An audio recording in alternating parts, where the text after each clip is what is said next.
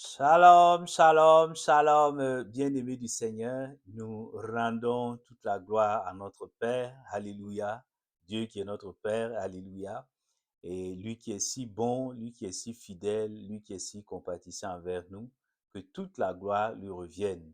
Nous le bénissons, d'autant plus qu'il nous fait grâce, alléluia, d'être en vie, d'être en bonne santé, et nous avons donc la grâce d'entrer donc dans un nouveau mois béni, le mois de septembre, le neuvième mois de l'année. Alléluia 2025.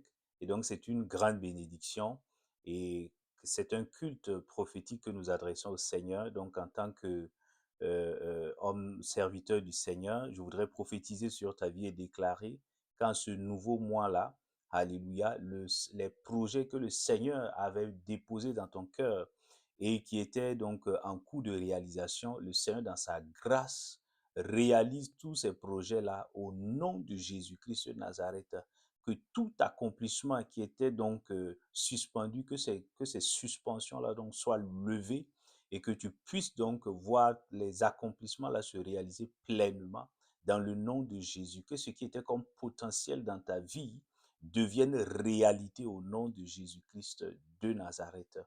Amen. Alléluia. Donc, c'est un culte prophétique, mon frère, ma soeur. Et donc, je prie que ton cœur soit ouvert, que nos cœurs restent ouverts afin de recevoir la bénédiction de Dieu au nom de Jésus. Amen. Et nous, mon frère, ma soeur, tu peux noter donc le thème que le Seigneur donc, nous donne pour ce dimanche-là. Il est intitulé À l'école de Jésus, le moissonneur parfait. Amen. À l'école de Jésus, le moissonneur parfait. Alors donc, nous allons nous appuyer sur les Saintes Écritures. Éphésiens chapitre 5, verset 1. Éphésiens chapitre 5, verset 1, nous lisons la parole de Dieu. Qu'est-ce qu'il dit dans ce passage-là? Donc, c'est l'apôtre Paul qui écrit donc aux chrétiens d'Éphèse. Il dit, soyez donc les imitateurs de Dieu comme des enfants bien-aimés. Amen.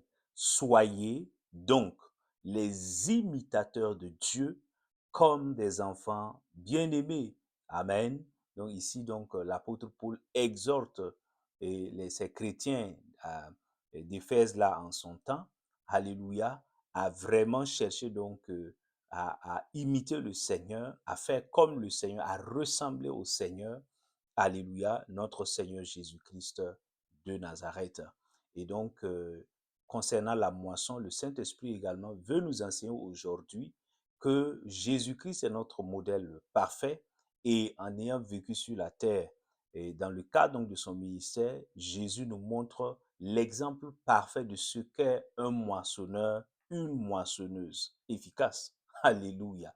Et donc, nous voulons voir donc la vie, quelques éléments donc de la vie terrestre du Seigneur Jésus dans le cadre de son ministère et nous voulons donc nous en inspirer afin donc de l'imiter dans le cadre donc de la moisson, car le Seigneur nous appelle à moissonner les âmes donc perdues pour lui.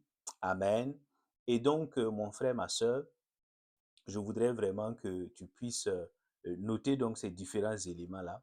Nous allons nous poser donc la question très très simple suivante là. Alors, que nous enseigne la vie de, de moissonneur parfait de notre Seigneur Jésus? Voilà. Donc, quand tu prends les Saintes Écritures, il dit, ben, les Saintes Écritures ont été écrites là pour vous enseigner, pour vous instruire, alléluia, etc. Donc, et à travers donc la vie des personnages bibliques, il y a un certain nombre d'enseignements, de leçons que nous pouvons tirer pour pouvoir avancer avec le Seigneur, pour pouvoir obéir donc à la grande commission. Tu comprends, mon frère, ma soeur. Donc, et nous allons voir quelques éléments, 5 à 6 éléments donc de la vie de notre Seigneur Jésus, lui qui est le moissonneur parfait, alléluia, et ces éléments-là peuvent nous aider, toi et moi, à également moissonner de manière efficace les âmes pour lui. Je prie qu'il en soit ainsi dans nos vies au nom de Jésus. Je prie que nous puissions comprendre donc la parole, que nous puissions donc mettre en pratique la parole au nom de Jésus. Amen. Alors, mon frère, ma soeur, la première leçon, le premier enseignement que nous pouvons tirer de la vie du Seigneur lui qui sait faire, lui qui est donc le moissonneur parfait, notre Seigneur Jésus. Quelle est donc cette leçon? Quel est cet enseignement? Tu peux le noter. C'est que la vie de notre Seigneur nous enseigne premièrement que nous devons chercher le Saint-Esprit afin de recevoir notre feuille de route pour la moisson. Alléluia. Je répète, nous devons chercher le Saint-Esprit afin de recevoir notre feuille de route pour la moisson des âmes perdues. Amen. Et nous allons lire quelques versets donc qui appuient cela. Matthieu chapitre 4, Alléluia, verset 1 et Matthieu donc chapitre 8. Alors, qu'est-ce qu'il est dit dans Matthieu chapitre 4, verset 1? Il dit, alors Jésus fut amené par l'Esprit dans le désert pour être tenté par le diable. Waouh! Alors tu vas me dire, ben, pasteur, qu'est-ce que ça a à voir avec la moisson? Eh bien, ça a à voir beaucoup avec la moisson des âmes perdues. Amen. Je t'explique, mon frère, ma soeur, à la lumière des Saintes Écritures. Donc, nous voyons là que le Seigneur, lorsqu'il reçoit donc le baptême d'eau, alléluia, et il reçoit en même temps, au même moment, il reçoit donc le baptême du Saint-Esprit. Qu'est-ce qui va se passer après donc le baptême donc d'eau et le baptême du Saint-Esprit? Jésus donc est conduit par le Saint-Esprit dans le désert. Il va donc passer donc 40 jours à jeûner, 40 nuits à jeûner et alléluia, et de ce jeûne-là, amen, et il va en ressortir. Quand il ressort, la Bible dit que Jésus maintenant va commencer à prêcher la bonne nouvelle, donc l'évangile, à dire, ben, repentez-vous car le royaume des cieux est proche. Il va commencer maintenant à moissonner les âmes, à témoigner donc de la bonne nouvelle.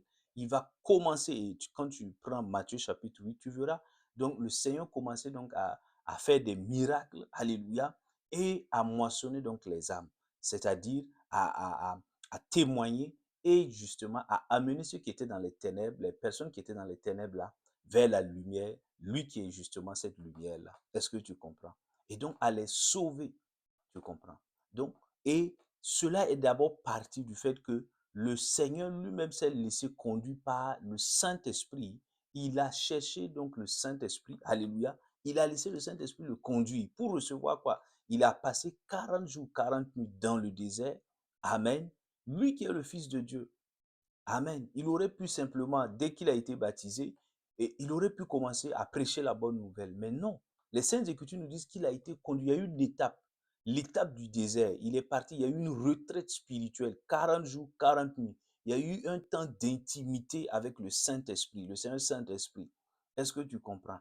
Et la Bible ne donne pas trop de détails là-dessus, mais dans mon fort intérieur, dans ma conviction personnelle, c'est que c'était un moment où le Seigneur Jésus allait recevoir, alléluia, dans son ministère terrestre là, il allait recevoir de la part du Saint-Esprit les instructions, sa feuille de route de manière concrète, où il devait aller évangéliser, où il ne devait pas aller évangéliser, alléluia, vers qui il devait aller, parce que c'est ça.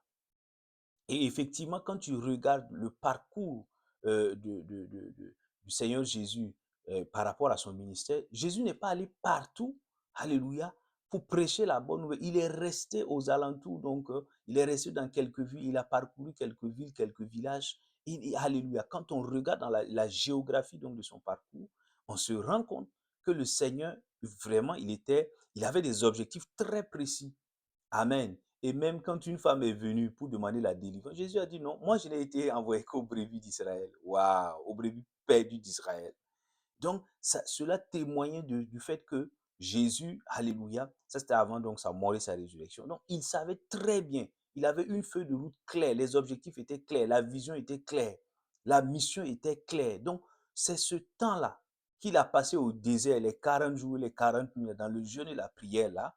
C'est ce temps d'intimité qu'il a passé avec le Seigneur Saint-Esprit là, qui lui a permis justement d'avoir une vision claire des âmes donc qu'il devait gagner, alléluia, de ce qu'il devait faire concrètement, de comment il devait prêcher la parole, alléluia, des attaques qui allaient survenir donc, les ennemis donc de la moisson qui allaient survenir pour essayer donc de l'empêcher d'accomplir sa mission. Donc, c'était un moment très, très important. Et cela nous enseigne, mon frère, ma soeur, toi et moi, nous qui sommes donc des moissonneuses et des moissonneurs du Seigneur, nous devons apprendre, mon frère, ma soeur, à laisser, à avoir ces temps-là, à aller chercher le Saint-Esprit dans des moments de retraite, dans des moments de communion intense avec le Seigneur. Nous devons nous retirer nous-mêmes. Alléluia.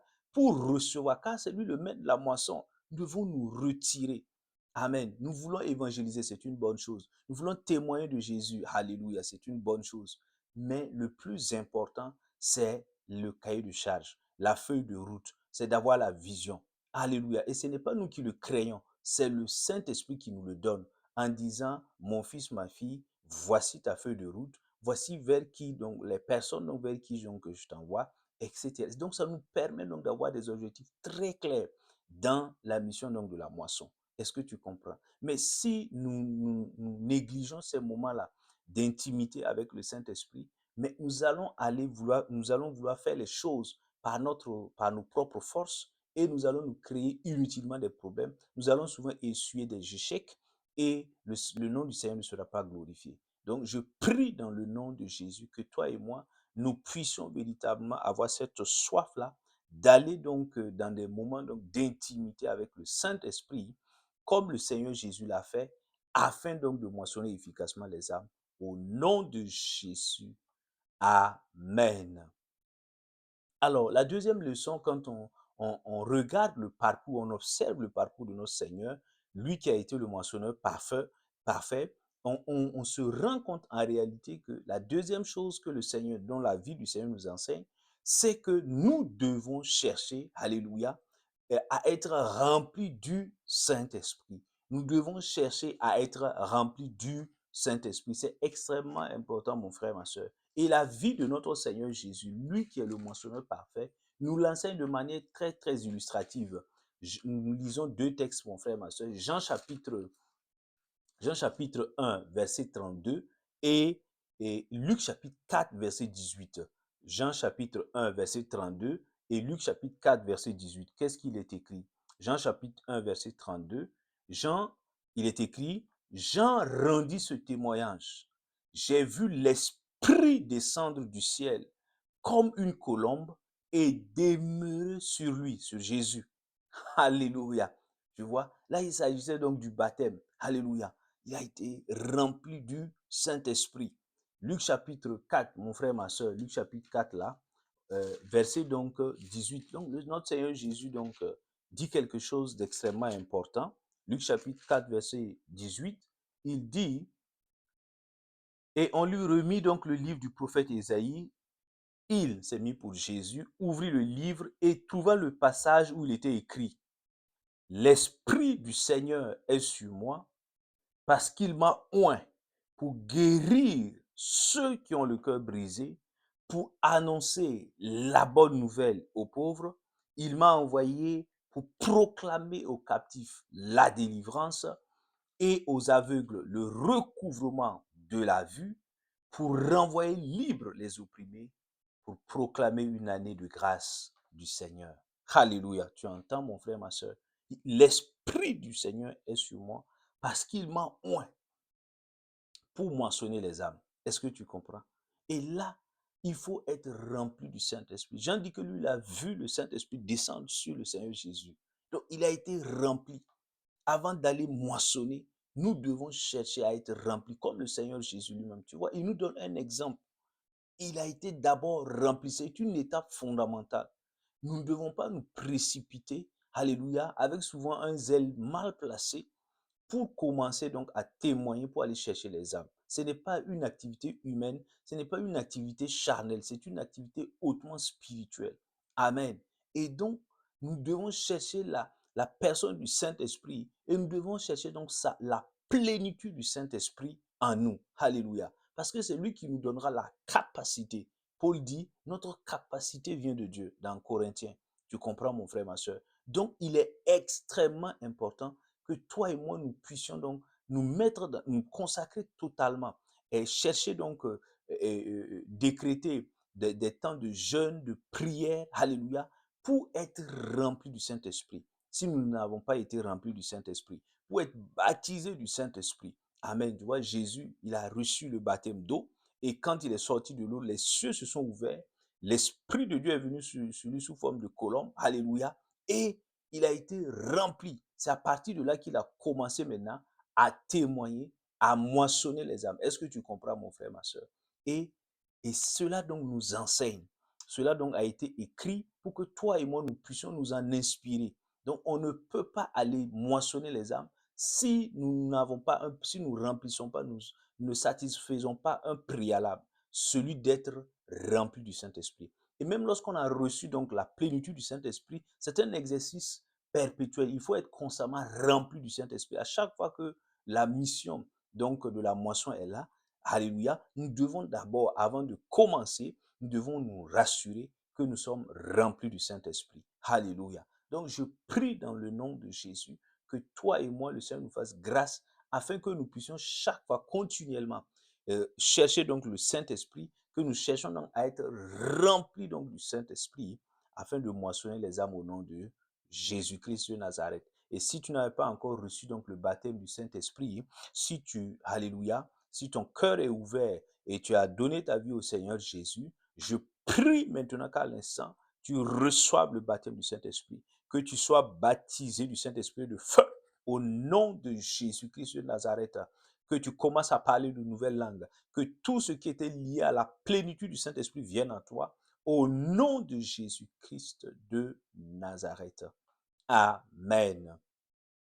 Alors, la vie donc de notre Seigneur Jésus-Christ également nous donne d'autres leçons concernant la moisson. Et la troisième leçon, tu peux le noter, c'est que nous devons chercher à être remplis des dons du Saint-Esprit.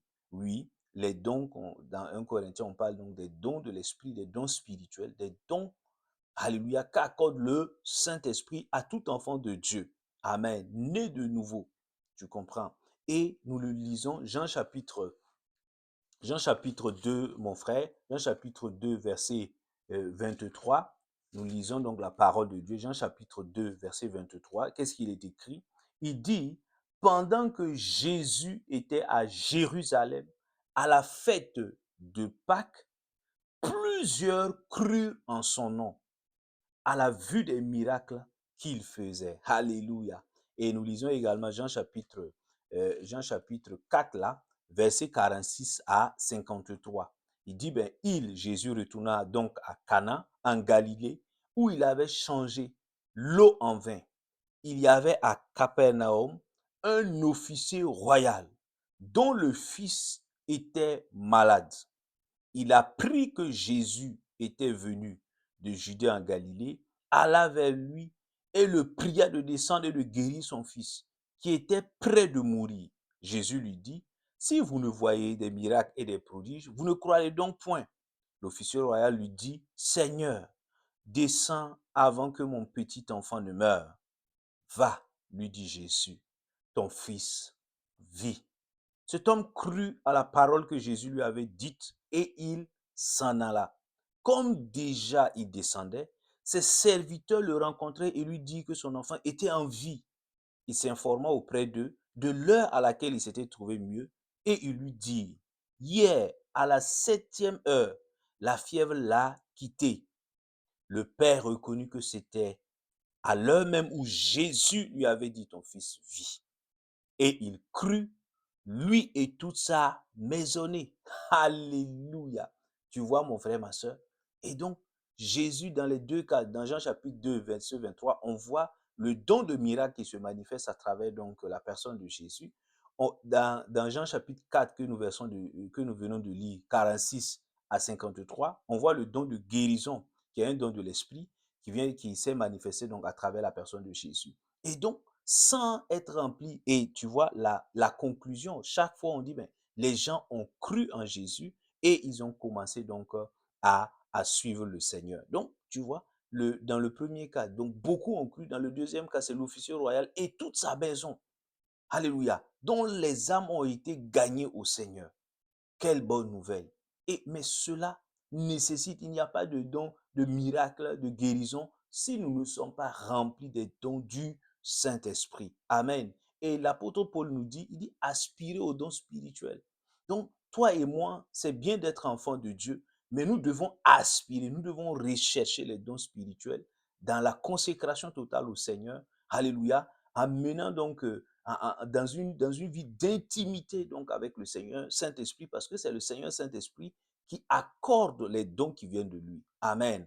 Le don de prophétie, le don de discerner les esprits, la parole de connaissance, la parole de sagesse, le don de guérison, le don de foi, le don de parler en langue, le don d'interpréter en langue, etc. Alléluia. Donc, il est extrêmement important. Et dans notre aujourd'hui, nous sommes dans des environnements où les gens, comme le Seigneur l'a dit, s'ils ne voient pas les miracles, verset 48, Jésus dit, si vous ne voyez des miracles et des prodiges, vous ne croirez donc point. Les gens veulent voir quelqu'un qui a un cancer, alléluia, quelqu'un qui a une maladie dite incurable par les médecins conventionnels. Donc, lorsque le miracle se produit, lorsque la guérison a lieu, les gens se disent, oui, Jésus-Christ est le Dieu vivant, il vit. Et ils viennent au Seigneur, ils se repentent de leurs péchés et ils sont sauvés, ils reçoivent la vie éternelle. Est-ce que tu comprends? Mais ça, toi et moi, nous devons accepter, payer le prix pour chercher, pour aspirer aux dons spirituels. Amen. Oh, je prie dans le nom de Jésus. Alléluia. Que notre témoignage soit suivi donc de la manifestation des dons de l'Esprit. Et même souvent soit précédé de la manifestation des dons de l'Esprit, afin donc que les incrédules, les non-croyants voient cela et qu'ils confessent que Jésus-Christ, alléluia, est le Sauveur et le Seigneur, à la gloire de Dieu le Père. Amen. Et nous continuons la quatrième leçon donc, que nous pouvons tirer donc, de la vie de notre Seigneur Jésus, dans sa qualité, dans son statut donc, de moissonneur parfait, c'est que toi et moi, nous devons chercher à être remplis du fruit du Saint-Esprit. Amen. Donc tu vois, le Saint-Esprit encore est là, incontournable, indispensable. Donc nous devons chercher à être remplis du fruit du Saint-Esprit. Et nous voyons cela encore. Jésus nous donne l'exemple dans Jean chapitre 8, versets 1 à 11. Nous n'allons pas lire tout le passage parce qu'il est long, mais je te résume pour que tu comprennes. Donc, c'est une scène qui se passe, c'est une rencontre entre le Seigneur et un certain nombre de personnes, notamment une femme adultère qui a été prise donc en flagrant du délit d'adultère. Alléluia. Et nous voyons donc une scène qui est narrée, qui est racontée donc par Jean. Et quand on lit donc cette partie-là, on est touché, tu peux l'observer, on est touché par la réaction du Seigneur Jésus. On est bien sûr étonné de la réaction des gens, mais on est beaucoup plus touché par la réaction du Seigneur Jésus qui est empreinte donc d'amour, de bonté, de patience. Alléluia. Et ces éléments-là sont des éléments du fruit du Saint-Esprit. Galates chapitre 5, verset 22 dit, mais le fruit de l'Esprit, c'est la paix, c'est la bonté, c'est l'amour, c'est la douceur, c'est la bienveillance, c'est la patience, c'est la maîtrise de soi, c'est la foi, alléluia, et bien d'autres choses. Tu comprends, mon frère, ma soeur? Et Jésus, la Bible dit, les gens ont pris la femme en flagrant délit. Ils l'ont amenée et ils se sont appuyés donc sur la loi de Moïse en disant, écoute, Moïse dans sa loi nous dit de lapider de telles femmes. Et Jésus donc fait preuve d'un calme extraordinaire. Et il leur dit, ben, que celui de vous qui est sans péché lui jette le premier la pierre. La Bible dit que la femme, on reconnaît qu'elle a péché. On reconnaît, on ne nie pas donc son adultère. Le fait est là, l'infraction est là. Voilà. Mais ici, mon frère, ma soeur, Jésus, regardons la réaction du Seigneur Jésus. Jésus baisse la tête, la Bible dit qu'il s'est, alléluia, il a commencé à écrire donc sur la terre là, avec son doigt, hein, et quand il se redresse, il les regarde, alléluia, et il leur dit simplement, si vous, alléluia, que celui qui est sans péché, qui n'a jamais péché là, lui jette le premier la pierre. Les gens étaient arrêtés du plus vieux au plus jeune, ils avaient des pierres, ils avaient des choses pour lancer, pour lapider la femme afin de la tuer. Alléluia. Et Jésus, alléluia. Donc, ils vont se retirer un à un. Ces personnes-là vont se retirer une à une. Alléluia. Alors, la Bible dit dans le verset 10 là, alors Jésus se redressa et lui dit, femme, où sont tes accusateurs? Personne ne t'a condamné? Elle répondit, personne, Seigneur. Et Jésus lui dit, moi non plus, je ne te condamne pas. Va et désormais ne pêche plus. Alléluia. Et donc, la Bible donc, ne donne pas la suite, mais également, je le dis encore, dans ma conviction personnelle, c'est que cette femme-là, alléluia, va devenir, donc, va véritablement abandonner sa vie de péché et va suivre le Seigneur et son âme va être sauvée. C'est ma conviction personnelle, même si la Bible donc ne donne pas de détails sur ce point. Alléluia. Mais comment le Seigneur donc a pu moissonner cette âme-là? Mais c'est en manifestant le fruit de l'esprit. Au lieu de juger cette dame, le Seigneur, donc, non, il a fait preuve de patience, il a fait preuve d'amour, il a fait preuve de douceur, alléluia, il a fait preuve de bonté envers cette femme-là. Alléluia, qui était une femme donc adultère. Tu comprends? Et nous, mon frère, ma soeur, que faisons-nous?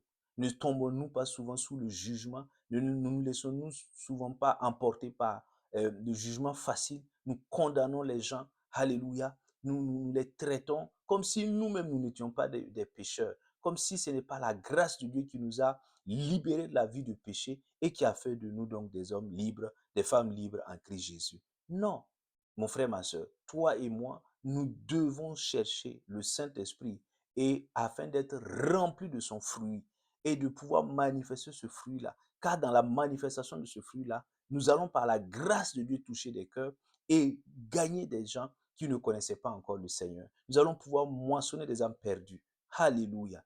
Je prie dans le nom de Jésus que nous puissions payer le prix. Alléluia. Pour être remplis du fruit de l'Esprit au nom de Jésus, afin de moissonner les âmes comme le Seigneur l'a fait avec cette femme adultère. Au nom de Jésus.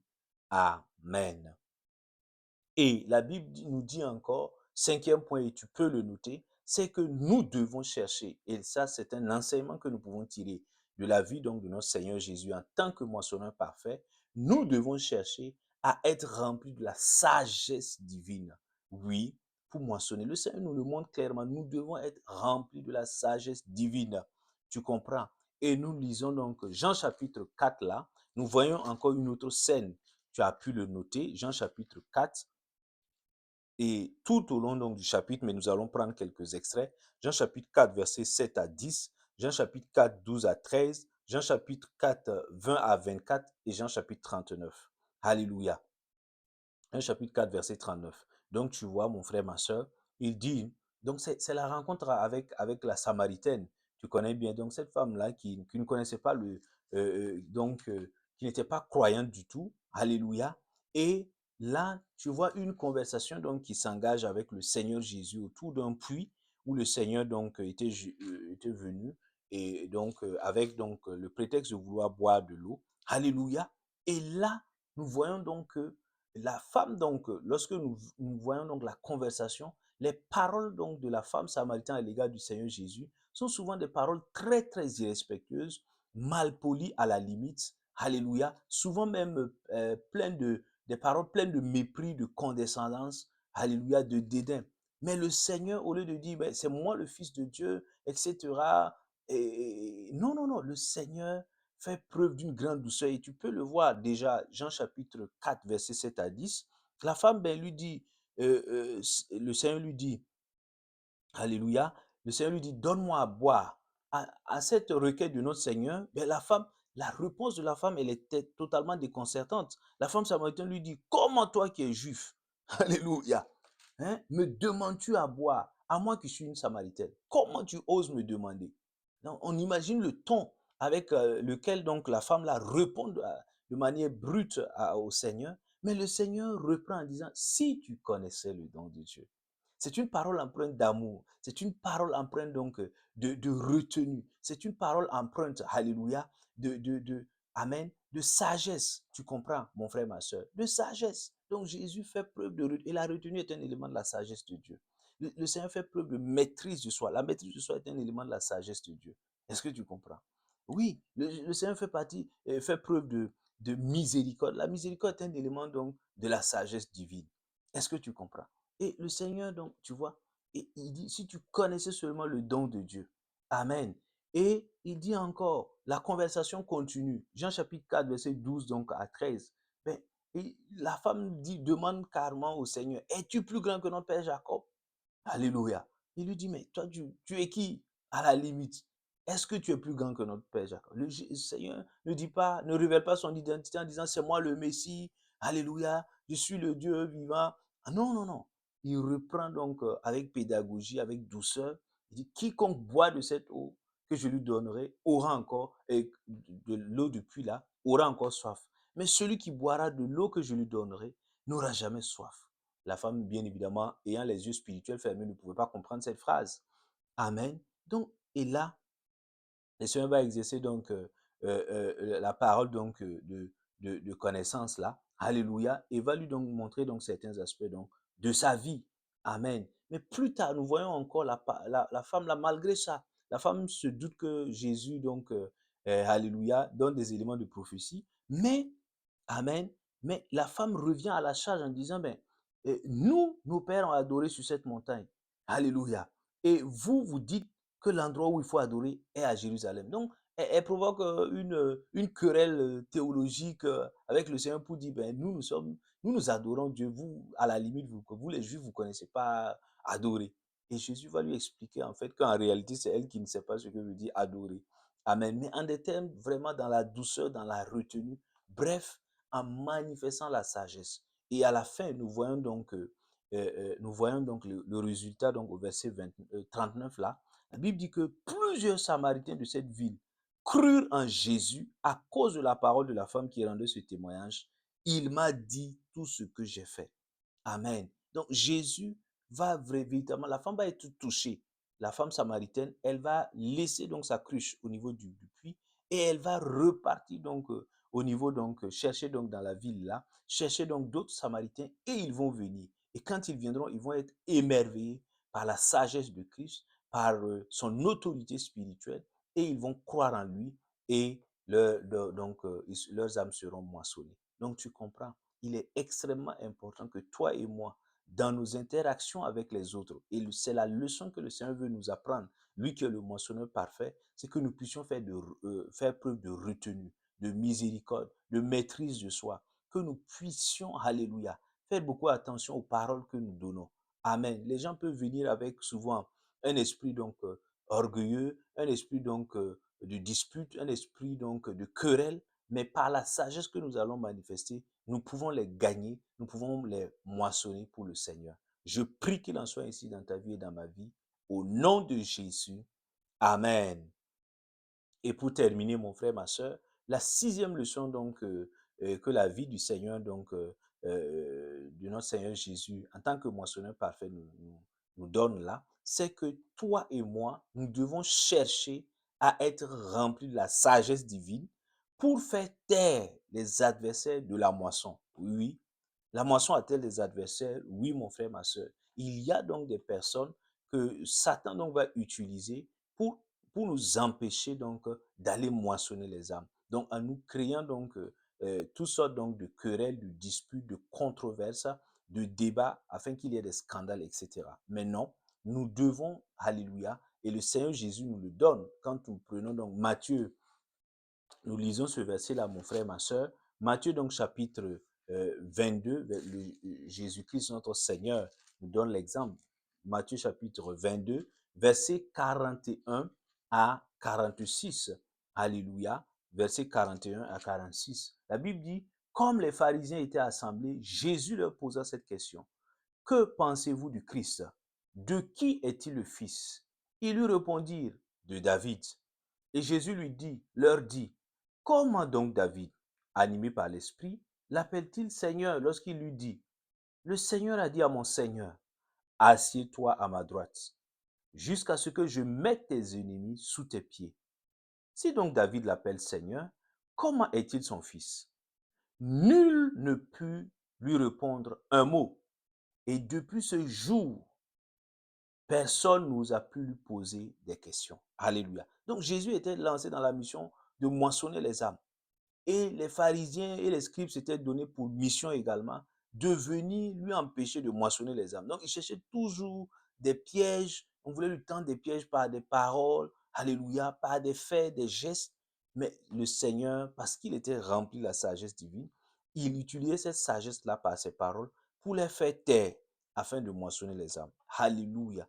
Et dans notre vie quotidienne également, nous allons rencontrer des personnes comme ça, comme les pharisiens et les scribes. Alléluia. Qui sont là, qui ne gagnent aucune âme, qui ne mentionnent aucune âme. Alléluia. Qui se disent parfois même religieux, très, très religieux, et qui se disent parfois même très spirituels, mais qui ne gagnent aucune âme, qui ne mentionnent aucune âme, mais qui veulent, alléluia, venir donc être des adversaires de la moisson et nous empêcher de moissonner les âmes. Nous devons faire preuve de sagesse divine. Et comment faire preuve là? C'est en allant donc chercher le Saint-Esprit afin qu'il nous remplisse de sa sagesse pour faire taire. Alléluia. Il dit, je vous mettrai, alléluia, je vous donnerai donc une bouche et une sagesse. Tu comprends, mon frère, ma soeur. Donc, c'est extrêmement important que toi et moi, nous puissions chercher le Saint-Esprit parce que c'est lui qui donne la sagesse. La sagesse vient de lui. On l'appelle l'esprit de sagesse. L'esprit de sagesse. Est-ce que tu comprends, mon frère, ma soeur? Donc, je prie dans le nom de Jésus qu'à partir de maintenant, toi et moi, nous puissions, par la grâce du Seigneur, mettre en pratique donc tous ces éléments-là. Alléluia. Toutes ces leçons que le Seigneur nous donne là, que nous puissions donc les mettre en pratique afin de devenir des moissonneuses et des moissonneurs efficaces pour le Seigneur Jésus. Alléluia. Je bénis donc ta semaine. Je bénis ton mois de septembre. Je bénis ta vie au nom de Jésus. Et je déclare qu'au cours de cette semaine, tu mets en pratique donc la parole que tu as entendue et tu gagnes des âmes, tu moissonnes des âmes pour le Seigneur. Au nom de Jésus. Amen. Alléluia. Donc, nous nous retrouvons par la grâce de Dieu, donc le dimanche prochain par la grâce de Dieu pour un autre enseignement avec le Saint-Esprit. D'ici là, que la faveur de Dieu continue de t'accompagner. Au nom de Jésus. Amen, amen, amen. Shalom, shalom, shalom.